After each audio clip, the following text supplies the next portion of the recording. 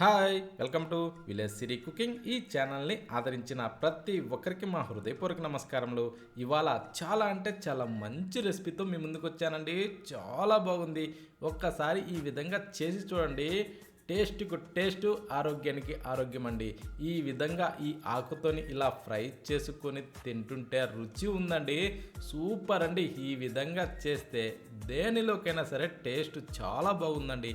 ఈ విధంగా చేసుకునేసి వేడివేడిగా చపాతీ చేసిన, వేడివేడిగా అన్నం చేసుకున్న దానిలోకి దీన్ని కాస్త అలా నంజుకొని తింటుంటే ఎంత రుచిగా ఉందంటే అంత రుచిగా ఉందండి. ఎలా చేయాలంటే ముందుగా మనం లేత ఆకు అయినా ఈ మెంతి కూరను తీసుకొచ్చుకునేసి శుభ్రంగా కడిగి అందులో ఉన్న పీసు కానీ ఏమీ లేకుండా శుభ్రంగా తీసేసుకొని ఆ తర్వాత మనం దీన్ని ఈ ముదురు కాడలు మొత్తం కట్ చేసుకోవాలండి. ఇది మార్కెట్లో మనకేందంటే 2-3 రకాలుగా దొరుకుతుందండి ఈ మెంతి కూర.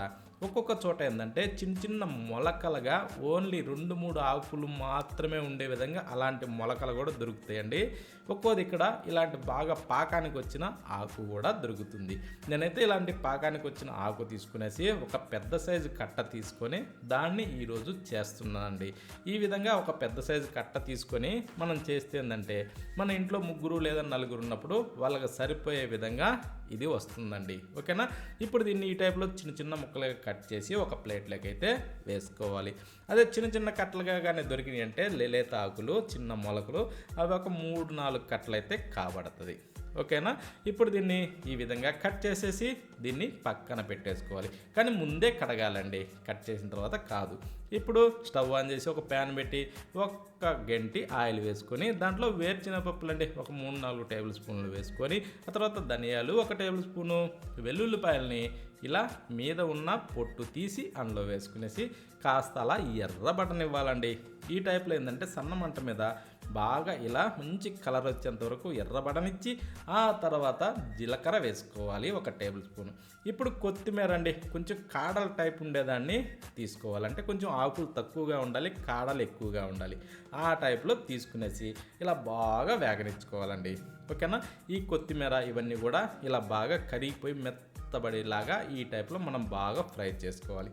ఈ విధంగా ఫ్రై అయిన తర్వాత ఇప్పుడు స్టవ్ ఆఫ్ చేసి చల్లారనిచ్చి ఒక రోల్ అయితే సిద్ధం చేసుకొని ఈ ఫ్రై చేసి చల్లార్చిన వాటిని తీసి రోట్లో వేసుకోవాలి. ఓకేనా. వేసిన తర్వాత ఇప్పుడు దీన్ని ఇలా పచ్చగా దంచేసుకోవాలండి. ఇవేంటంటే మనం ఇందులో వేరుశనగపప్పులు ఇవి వేస్తున్నాం కదండి, ఇందులో కొంచెం దంచేటప్పుడు నూనె శాతం వస్తుంటుంది కాబట్టి మనకి మెత్తగా అయితే పొడి అవ్వదండి. కొంచెం ఇలా గింజగానే ఉంటుంది. కానీ ఆ టైపు గింజగానే మనం దంచుకోవాలి. ఈ విధంగా దంచిన తర్వాత ఇప్పుడు దీన్ని తీసి ఒక బౌల్లో అయితే వేసుకోవాలండి. ఇంకా మనం కాకపోతే ఎవరైనా సరే ఇలా రోట్లో దంచుకోవడానికి కొంచెం ఇబ్బందిగా అనిపిస్తే వాళ్ళు మిక్సీ జారీకి కూడా వేసుకోవచ్చు. కానీ రోట్లో దంచిన టేస్ట్ అయితే మిక్సీ జారీకి అయితే రాదండి. ఇది మాత్రం వాస్తవం. ఇప్పుడు పొడిని బౌల్లో వేసి పక్కన పెట్టుకునేసి స్టవ్ మీద ఆ ప్యాన్ని మళ్ళీ పెట్టుకొని దాంట్లో మరొక టేబుల్ స్పూను అంటే మరొక గంటి ఆయిల్ వేసుకొని కొంచెం వేడెక్కనిచ్చి జీలకర్ర, చీరిన పచ్చిమిరపకాయలు, జీలకర్ర 1 టేబుల్ స్పూన్ వేసుకునేసి పచ్చిమిరపకాయలు ఒక 3-4 ఇలా మధ్యలో చీరి అందులో వేసుకునేసి ఇలా కాస్త వేగనిచ్చుకోవాలి. ఈ విధంగా వేగిన తర్వాత ఇప్పుడు ఇందాక కట్ చేసి రెడీ చేసి పెట్టుకున్న ఈ మెంతి కూరనైతే అందులో వేసేసుకోవాలి. వేసిన తర్వాత దీన్ని ఇప్పుడు ఏం చేయాలంటే సన్న మంట మీద బాగా ఫ్రై చేసుకోవాలండి. ఇది బాగా తొందరగా మగ్గటానికి పసుపు, సాల్ట్ ఇవి 2 వేసుకోవాలి. ఓకేనా. ఇవి 2 కూడా రుచి సరిపడం మాత్రమే వేసుకోవాలండి, సాల్ట్ కానీ పసుపు కానీ. ఇప్పుడు వేసిన తర్వాత ఇలా కిందకి మీదకి తిరిగేసుకుంటూనే దీన్ని బాగా వాడనివ్వాలండి. ఇది వాడేటప్పుడు ఇలా నీరు రిలీజ్ అవుతుంటుంది.